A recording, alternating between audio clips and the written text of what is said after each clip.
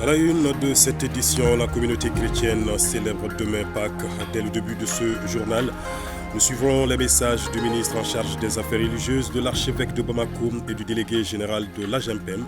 Tous appellent à la paix et à la cohésion sociale au Mali.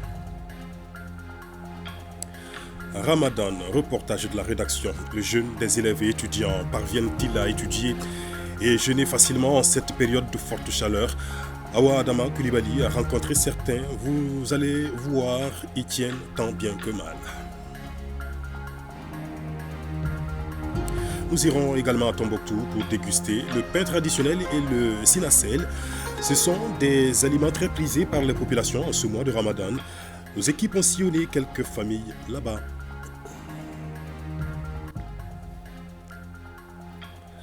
À Baguineda, la gendarmerie démantèle un réseau de braqueurs, des malfrats qui avaient suffisamment perturbé la quiétude des populations. Souvent l'on déplore même des assassinats. Ces arrestations sont fortement saluées.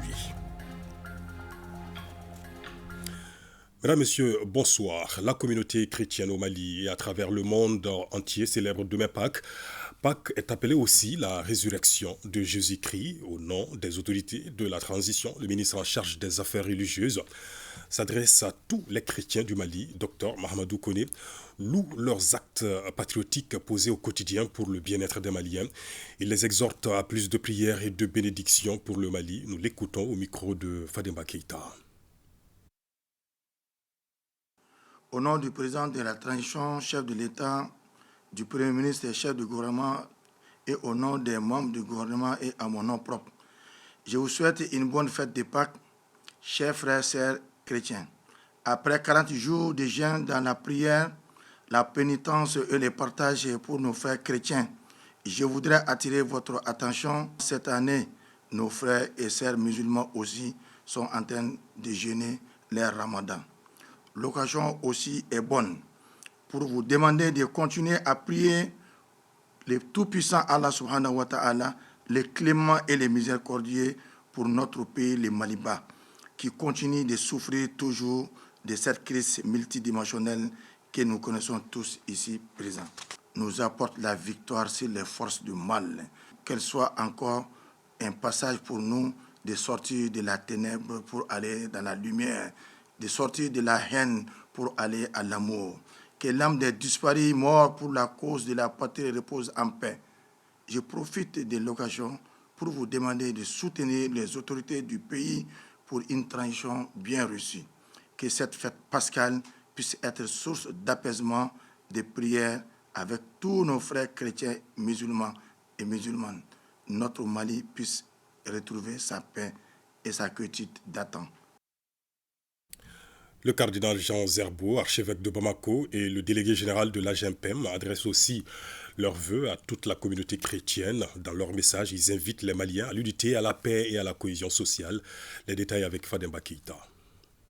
Le carême chrétien catholique ou les 40 jours de jeûne qui a débuté le 22 février dernier prend fin ce dimanche 9 avril 2023, jour de Pâques ou de la résurrection de Jésus-Christ. La commémoration de Pâques donne un souffle nouveau ou une ère nouvelle à la religion chrétienne. Dans la joie manifeste, le cardinal Jean Gerbeau et les délégués généraux de l'AGEMPM adressent leurs vœux de joyeuses fêtes à leurs communautés respectives.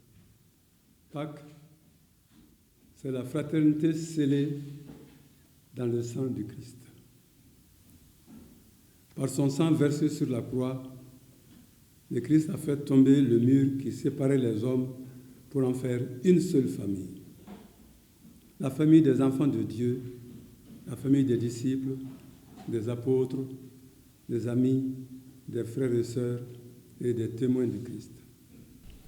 Cette résurrection annonce à tous les hommes un nouvel espoir, la libération de l'esclavage de Satan, du péché et de la mort. Les hommes et les femmes qui acceptent le sacrifice de Jésus désormais peuvent vivre en nouveauté de vie, restaurés et assurés de l'amour inconditionnel de Dieu. Les deux responsables placent cette commémoration sous le signe de l'engagement patriotique, de cohésion autour des idéaux de la transition et de prières intenses pour la nation.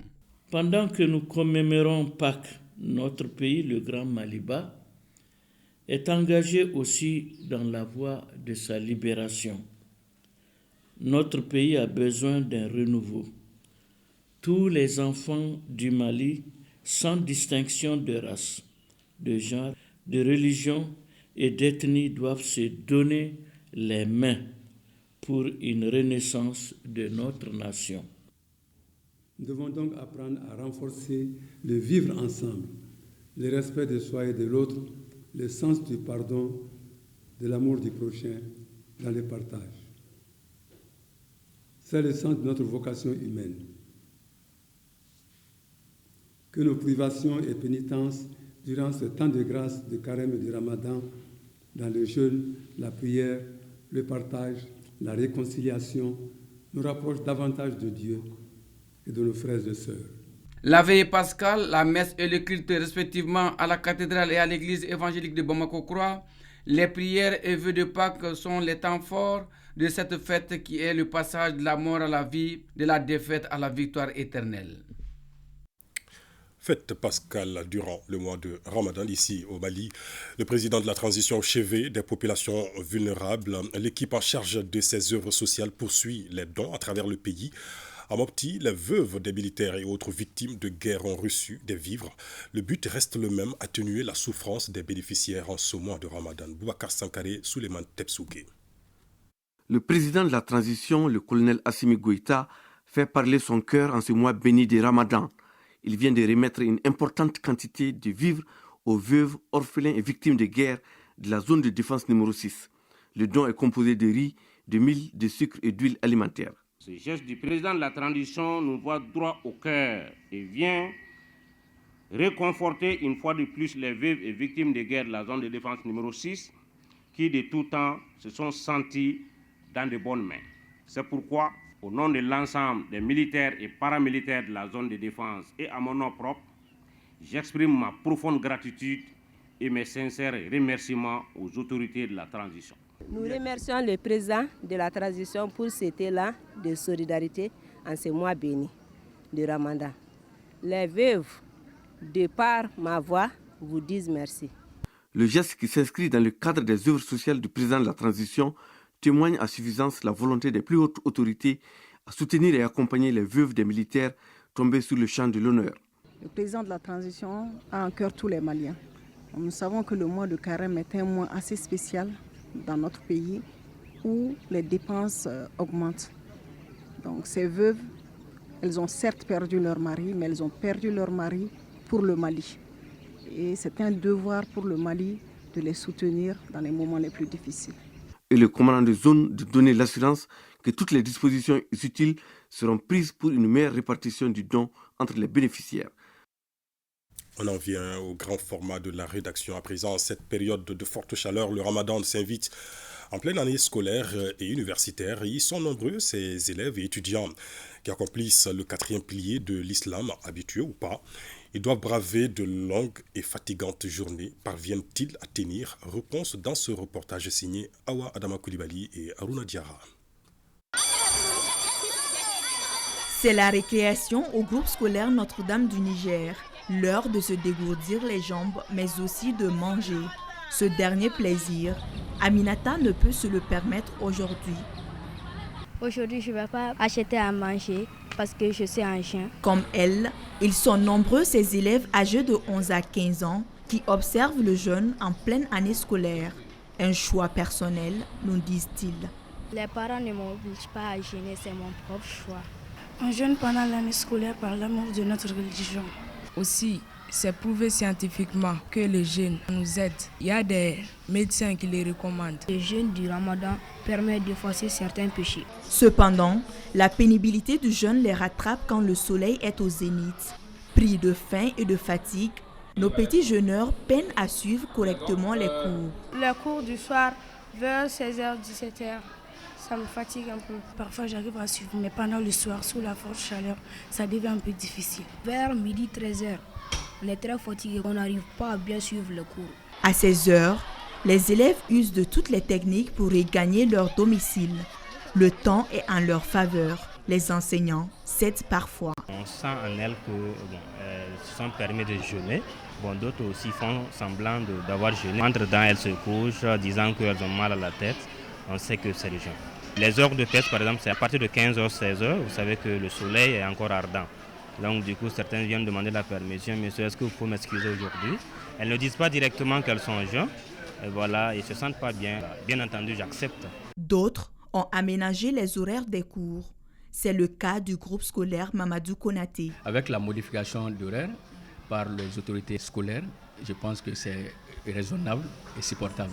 Parce qu'à partir de 13h, déjà c'est la descente. C'est ce qui les soulage un peu. Il est 18h30 quand nous arrivons sur le campus de la colline du savoir de Bamako. Ici, tout est calme. Des jeunes s'activent pour la rupture collective. Bol à la main, chacun attend. L'appel à la prière sonne comme une délivrance pour ses étudiants.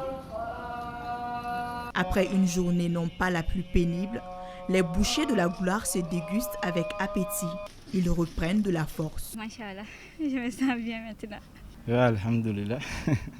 Je me sens mieux vraiment. Malgré l'âge et l'habitude, les journées de pénitence ne sont pas gagnées d'avance. Les examens en cours exigent un nouveau calendrier. Entre la prière de 13h jusqu'à la prière de 16h, donc je me repose. Donc comme je n'ai pas de cours tous les jours, certains nous donnent de pause. Donc on vient, on fait la prière, on se repose dans la mosquée juste pour quelques minutes et puis on retourne en classe. Donc il faut choisir des moments propices pour apprendre tes leçons. Sinon pendant la journée, on ne peut pas ni rien faire. On s'efforce à suivre les cours, sinon vers 15h.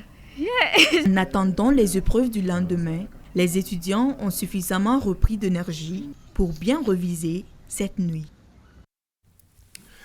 Partons à Tombouctou à présent, où le pain traditionnel et le sinasel sont très prisés par les populations en ce mois de Ramadan. Ils sont consommés de jour comme de nuit dans les familles, très nutritifs. Ces mets possèdent aussi un caractère culturel. On en sait davantage avec Najim Baba Sissé et Mauloud Tandina. Ville historique de culture et de tradition, Tombouctou continue de garder jalousement ses caractéristiques gastronomiques, notamment le pain chaud de forme ronde à base de farine ou de bleu, cuit à partir des fours traditionnels, dont le Tombouctien raffole en cette période du Ramadan. C'est les pains traditionnels qu'on a toujours connus. On les consomme avec du beurre, du miel ou avec la sauce. Le pain est toujours propre et bon. C'est pourquoi je l'apprécie. Le pain traditionnel est mieux que celui de la boulangerie moderne. Avec la volonté, je peux produire jusqu'à 100 morceaux de pain durant le matin et 100 autres dans l'après-midi. C'est des efforts physiques qu'on fournit pour faire ce travail. On ne peut pas faire une grande quantité, tout comme les boulangères modernes. En plus de sa valeur nutritive, cet aliment d'origine maghrébine constitue un des symboles de la mystérieuse, car à chaque coin de rue est implanté un four servant à le cuire. C'est un aliment très particulier et qui se consomme beaucoup. Le pain et presque tout ce qu'on est en train de faire comme cuisine ici, l'art culinaire dans sa globalité, 90% vient du Maghreb. Alors le pain, il est tellement consommé, il est tellement demandé qu'il est présent à tout moment dans toutes les cérémonies, soit religieuses, soit ou des retrouvailles, Michoui, à Lassaradi, ainsi de suite, tu trouves le pain à côté. À côté de celui-ci se trouve le sinasel, cet autre mets à base de riz réalisé grâce à la dextérité d'un nombre infime de femmes pionnières qui ont su maintenir le flambeau face aux mutations socioculturelles. Notre sinasel est cédé à 100 francs l'unité parce que le riz est cher actuellement. Nos clients affluent pendant le Ramadan, lors de mariage et très souvent des commandes pour des étrangers lors des réceptions. Le sinasel est différent des autres galettes de par sa taille et son processus de cuisson. Il est surtout semé de grandes cérémonies, mariage, circoncision et réception grandiose. Sinasel, on le fait pour honorer quelqu'un, pour donner comme cadeau du Ramadan, surtout à l'heure où on casse le jeûne. La sauce, vraie sauce de sinasel, Ça, on l'appelle al-kourous. Ça, c'est une sauce à base des boyaux de l'animal qu'on découpe en tout petits morceaux et assaisonné avec beaucoup de condiments, comme on a l'habitude de dire les 12 condiments. Les nutritionnistes encouragent de tels aliments à cause de leurs caractéristiques. Cependant, conseillent l'hygiène et d'autres attitudes non négligeables. Si j'ai des conseils dans ce sens, c'est vraiment de conseiller les gens à consommer vraiment local. Parce que quand on consomme local, on booste non seulement l'économie locale, mais également ce qu'on produit au niveau local nous apporte plus de nutriments dont l'organisme a réellement besoin que de consommer les aliments transformés qui nous parviennent. Souvent, les aliments locaux sont préparés dans des conditions d'hygiène qui ne sont pas indiquées. Donc, il faut exiger sur l'hygiène dans la préparation des aliments locaux. Les 30 jours du mois de Ramadan sont synonymes de solidarité et de partage à Tombouctou, avec à la clé des mets succulents. Restons à Tombouctou et parlons cette fois-ci santé avec l'hôpital régional qui vient d'être doté d'équipements de laboratoire. Ce sont des appareils de pointe qui viennent renforcer le plateau technique de la structure. Le coût, près de 125 millions de francs CFA. Idrissa Goulou Sissoko. Les équipements de pointe du laboratoire d'une valeur de 125 millions de francs CFA offerts par le ministère de la Santé et du Développement social constituent la satisfaction des besoins exprimés par la direction de l'hôpital de Tombouctou. Selon les praticiens, ces équipements vont renforcer le plateau technique existant. Le département a pu mettre à notre disposition d'appareils qui nous permettront de continuer à mieux faire les analyses que nous sommes en train de réaliser actuellement. Ça veut dire tout simplement que les diagnostics que nous allons poser seront beaucoup plus certains. Du coup, nos prescriptions seront meilleures. Le gouverneur de la région, en visitant les nouveaux équipements, n'a pas manqué de remercier les plus hautes autorités et d'annoncer que les travaux d'extension de l'hôpital vont démarrer très bientôt. Je voudrais rassurer les autorités que le personnel de l'hôpital, à sa tête le directeur général de l'hôpital, ne ménageront aucun effort pour prendre bien soin de ces matériels au grand bonheur de la population de la région de Tombouctou et de celle de Taoudéné. Nous sommes toujours dans l'attente du démarrage des travaux de modernisation de l'hôpital régional de Tombouctou, là où nous sommes présentement. J'apprends que l'ordre de service a été donné à l'entrepreneur et nous attendons très prochainement le démarrage des travaux. Il faut enfin signaler que ces acquisitions auront des avantages inestimables, entre autres permettre aux soignants de poser de meilleurs diagnostics en vue d'un bon traitement et les références vers d'autres structures à des coûts très élevés seront considérablement réduites. Ici à Bamako, lancement du projet intitulé Dambé. Il vise à combler les insuffisances en matière de santé de la reproduction des femmes, notamment des adolescentes. Il intervient dans 4 régions pour une durée de 5 ans. On en sait plus avec Adama Traoré. Le projet Dambé est mis en œuvre pour améliorer la santé reproductive des femmes et des adolescentes.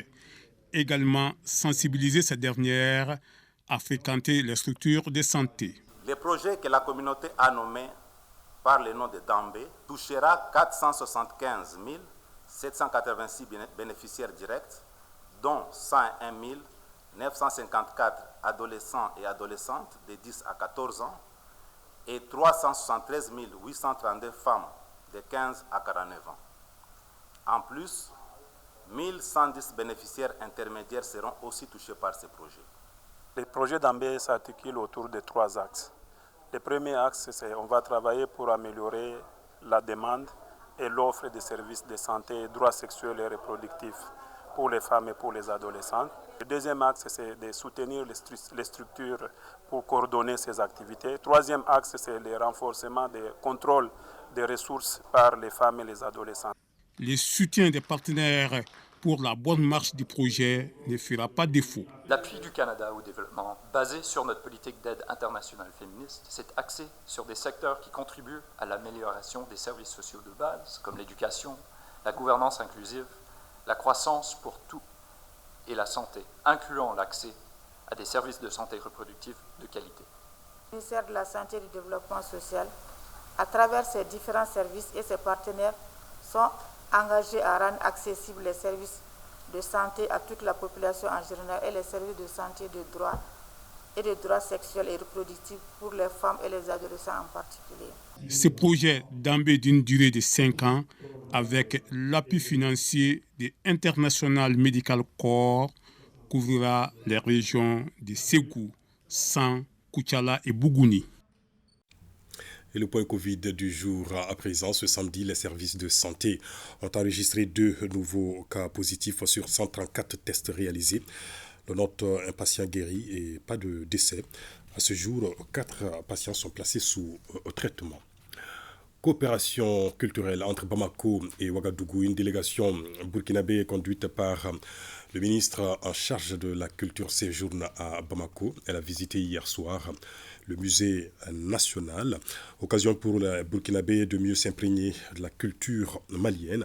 Une visite guidée conduite par Andogoli Guindo, ministre en charge de la culture. Juste après, il a offert un dîner à son homologue burkinabé et à sa délégation. Nous sommes au Mali pour transmettre la chaleureuse reconnaissance du peuple du Faso au peuple malien, a dit le ministre burkinabé de la culture, qui fait allusion à la contribution de notre pays au succès du FESPACO 2023, dont le Mali était l'invité d'honneur. Plusieurs sommités du 7e art des 2 pays ont pris part à cette soirée dînatoire.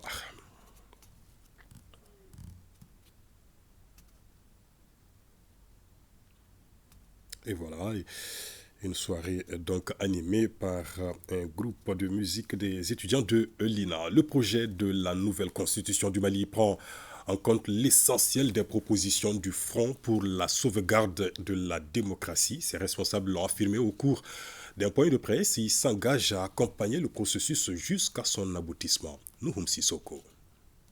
Le FSD, Front pour la sauvegarde de la démocratie après analyse du projet de constitution, constate avec beaucoup d'intérêt la prise en compte de l'essentiel de ses préoccupations. C'est ce qui ressort d'un point de presse organisé par le Front pour informer l'opinion publique sur sa position liée au projet de constitution. Selon le conférencier, le FSD s'est inspiré des propositions formulées par l'URD. Les principales propositions en lien avec les réformes constitutionnelles et institutionnelles transmises à la commission d'élaboration de la nouvelle constitution sont, entre autres, adopter une nouvelle constitution pour passer à une 4e république. Exiger la déclaration des biens des candidats lors du dépôt de leur candidature. Prévoir dans la nouvelle constitution la possibilité de destituer le président de la République dans certaines conditions avant la fin de son mandat. Créer un parlement à 2 chambres. Instaurer l'appel à candidature pour pourvoir les postes de responsabilité de l'État et introduire la proportionnelle pour l'élection des députés et le principe de la suppléance en cas de transhumance ou de décès. Pour le conférencier, les militants et sympathisants du Front adhèrent à ce projet de constitution présenté au peuple malien par le président de la transition, le colonel Assimi Goïta. Le FSD, fidèle à ses principes de défense des intérêts supérieurs du Mali, est résolument déterminé à accompagner le processus jusqu'à son aboutissement.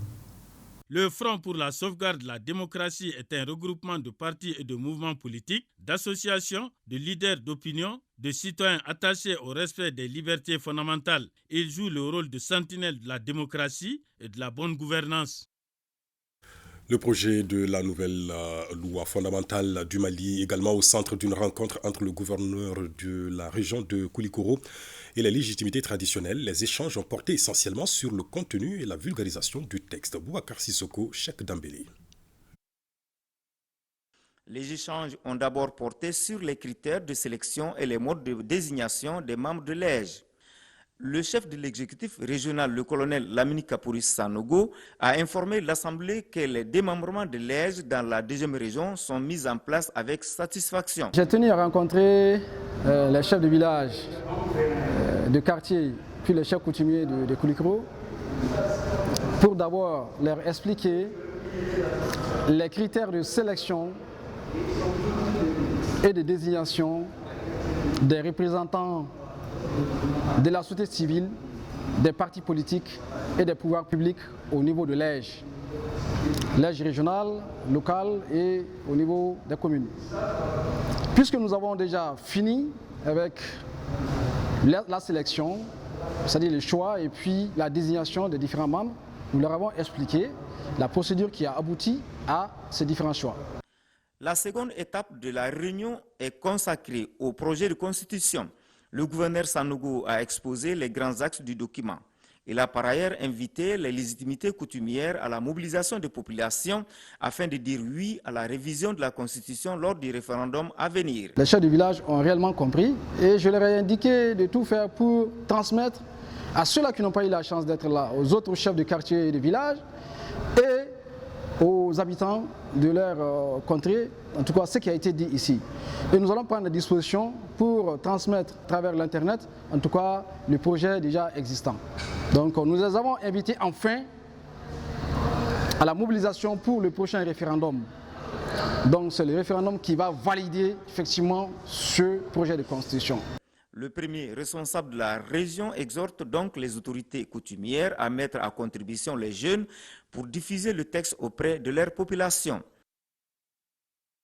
Comité de pilotage du programme de développement de la zone spéciale de transformation agro-industrielle de Koulikoro et périurbaine de Bamako. Ses membres réfléchissent sur les actions prioritaires du projet. Des propositions concrètes sont attendues à l'issue de la réunion. Koumba Sissé. La création d'environ 35 usines de transformation de nos produits locaux et des milliers d'emplois, voilà ce que le programme de développement de la zone spéciale de transformation agro-industrielle de Koulikoro et périurbaine de Bamako se fixe comme objectif. C'est de mettre en place un système qui permettra au pays de ne plus importer les produits de l'extérieur, ce qu'on peut faire chez nous ici. Nous avons les potentialités, nous avons les terres agricoles, nous avons les meilleures variétés et nous avons la matière première. Pourquoi ne pas les transformer? La transformation agro-industrielle couvre tous les secteurs et tous les acteurs sont impliqués. Donc de l'économie jusqu'à la commercialisation, nous avons besoin de tous les acteurs qui nous accompagnent. Le programme PDESTA KB a différentes composantes. Le programme d'une durée de 5 ans est articulé autour de 4 composantes, à savoir appui à la gouvernance et aux mesures incitatives, la composante 2, développement des infrastructures d'appui à la transformation agricole, la composante 3, appui aux acteurs clés des filières porteuses, et enfin la composante 4, gestion et coordination du programme. Ainsi, d'importantes activités ont été inscrites dans le projet. Le programme Agropole est parfaitement aligné sur le cadre stratégique de la refondation de l'État pour la période 2022-2031. Pour la réalisation de ce programme, la Banque africaine de développement a injecté plus de 11 milliards de francs CFA. À cela s'ajoute la contribution du gouvernement du Mali qui se chiffre à 1,7 milliard de francs CFA. Autre chiffre, plus de 8 milliards de francs CFA, coût global du projet de scolarisation et de maintien des filles à l'école. C'est un programme qui touche plus de 10 000 filles au Mali, dont 3 000 dans la région de Ségou. On en sait plus avec Honoré Tienou et Bakary Traoré. Le projet pour l'autonomisation des femmes et le dividende démocratique au Sahel-Suède, à travers cette rencontre, vise, entre autres, à présenter aux premiers responsables des établissements d'enseignement secondaire général, technique et professionnel son projet de façon générale et les sous-projets d'appui à la scolarisation et au maintien des filles à l'école au Mali de façon particulière. Ces différents types d'appui proposés, ainsi que la liste des établissements retenus, pour un coût global de 5 milliards 500 millions de francs CFA. Nous sollicitons déjà le maintien des filles, non seulement au niveau de ce type d'enseignement, mais aussi dans des spécialités telles que les sciences et les technologies. Et nous avons compris que les appuis que le projet a menés au niveau du fondamental favorisent vraiment l'accès et le maintien des filles dans ces filières. La rencontre a donc permis de définir avec les responsables d'école les modalités opérationnelles de mise en œuvre des cours de rémédiation, les critères de choix des enseignants, les outils et les systèmes de suivi et évaluation de la stratégie au niveau des établissements. Sur la période de 2016 à 2020, nous avons accompagné pour la seule classe de 9e année 17 000 filles. Et donc nous avons décidé de faire une enquête. Et une enquête a été menée et nous nous sommes rendus compte qu'il y a 35% qui ont abandonné. Donc nous nous sommes dit que c'était important pour nous de poursuivre l'accompagnement au niveau de l'enseignement technique et professionnel et de l'enseignement secondaire. Le projet Suède, qui touche environ 3000 filles dans la région de Ségou, est une initiative conjointe du groupe de la Banque mondiale, des Nations unies et 9 pays du Sahel, dont le Mali. Ce projet est mis en œuvre par Plan Mali et ASG. À Taoudeni, l'UNICEF remet du matériel scolaire aux autorités de la région, un appui qui vient renforcer les meilleures conditions d'études des enfants. Les détails avec notre correspondant dans la région, Chirfi Moulay. L'UNICEF répond favorablement au cri de cœur de l'Académie d'enseignement de Taoudeni qui avait exprimé des besoins en matériel scolaire. En effet, l'UNICEF vient de faire don d'un lot de matériel composé de nattes, de jerrycans d'eau, de moustiquaires imprégnés et de couvertures, pour ne citer que cela. Il y a des besoins énormes, mais aujourd'hui, ce que nous voulons faire, c'est une remise, mais symbolique. Nous n'allons pas couvrir tout ce qu'il y a comme besoin, mais ce que nous apportons, c'est des tentes. Vous savez, l'éducation n'attend pas. On est allé trouver qu'il y a besoin de classes. Les classes, il faut les construire.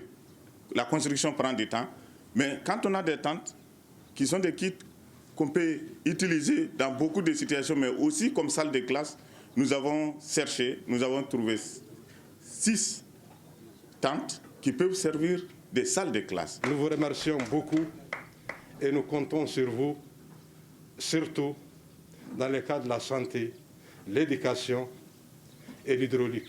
Ce geste est hautement salué par les autorités administratives qui se battent au quotidien pour le bien-être des populations. Merci pour tous les ONG et surtout l'UNICEF pour tous les actes qu'ils sont en train de le faire pour cette région. Et je pense que vraiment, on demande votre effort, mais il n'y a pas d'école, il n'y a rien, il faut essayer de nous aider. Le chef de l'exécutif régional n'a pas manqué de lancer un cri de cœur aux ONG et partenaires régionaux afin qu'ils suivent l'exemple de l'UNICEF pour le plus grand bonheur des enfants en particulier et des populations en général. Génocide rwandais, commémoration du 29e anniversaire. C'était hier à Kigali. Ce soir, visite du musée de la campagne contre le génocide, véritable lieu de mémoire et d'apprentissage de l'histoire. Ce musée retrace le récit de la planification et de l'intervention de l'armée patriotique rwandaise ayant conduit à la fin du génocide. Récit de nos envoyés spéciaux Moussokoro Sérémé et Gaussou Touré. 29 ans après les jours les plus sombres de son histoire, le peuple rwandais matérialise la campagne contre la fin du génocide perpétré contre les Tutsis en 1994. Dans ce joyau architectural, initialement conçu pour servir de loge aux parlementaires, se trouve cette galerie, inaugurée le 13 décembre 2017 par le président Paul Kagame. C'est ici que commença la lutte pour la libération du peuple rwandais, alors que les parties prenantes étaient sur place pour la mise en œuvre de l'accord de paix d'Arusha. Nous sommes le 4 août 1993. Juste à l'entrée du musée, la caricature captivante des 600 soldats de l'armée patriotique rwandaise qui ont affronté pendant 4 jours les extrémistes fidèles du régime au pouvoir. Et c'est Faustin Signova qui nous fait le narratif africain de la planification jusqu'à l'exécution du génocide.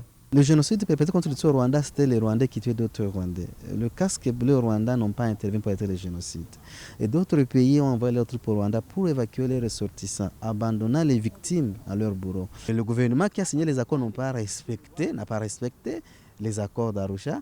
Le 7 avril 1994, à 15h, le général-major Paul Kagame avait donné l'ordre aux 600 soldats qui étaient dans le bâtiment de sortir pour commencer à se défendre et sauver les victimes du génocide. Donc ça montre que aussi nous sommes capables, nous les Rwandais, de résoudre nos propres problèmes. Il aura ainsi fallu 100 jours à l'armée rwandaise pour venir à bout des forces génocidaires.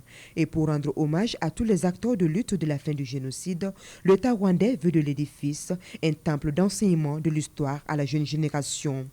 Certains endroits du musée restent bien à l'abri des caméras, mais le site est accessible à tout visiteur désireux de parfaire sa culture générale. Pour le Rwandais, ce musée, c'est un bon moment d'apprendre leur histoire. Dans le musée, nous recevons plus de 75% de jeunes.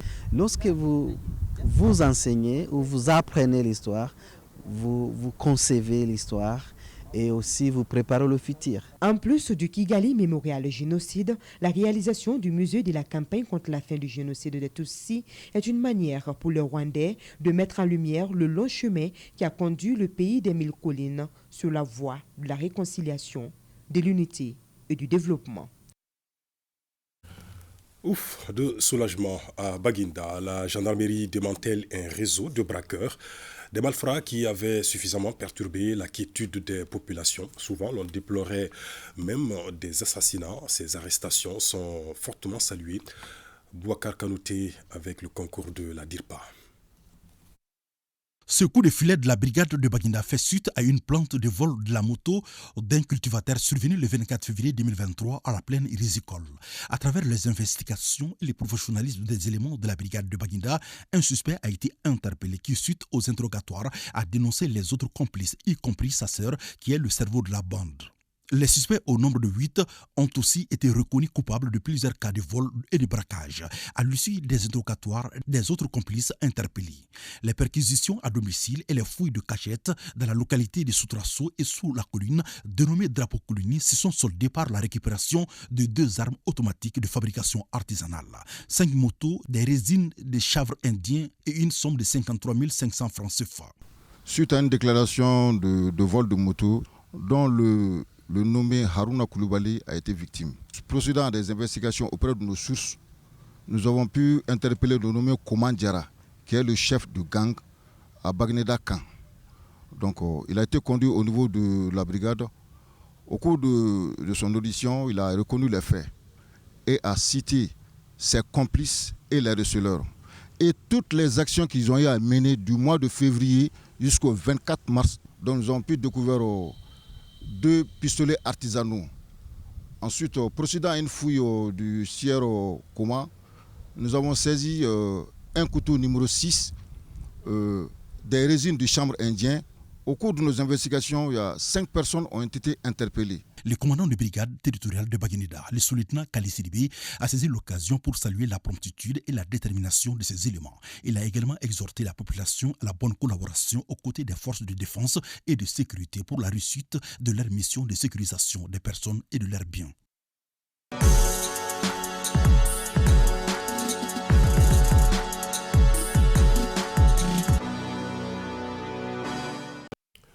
Le journal des sports, c'est avec Abdul Karim Kaba en plateau avec moi. Bonsoir Abdul Karim Kaba. Bonsoir Abdul, bonsoir à tout le monde. À vous l'antenne.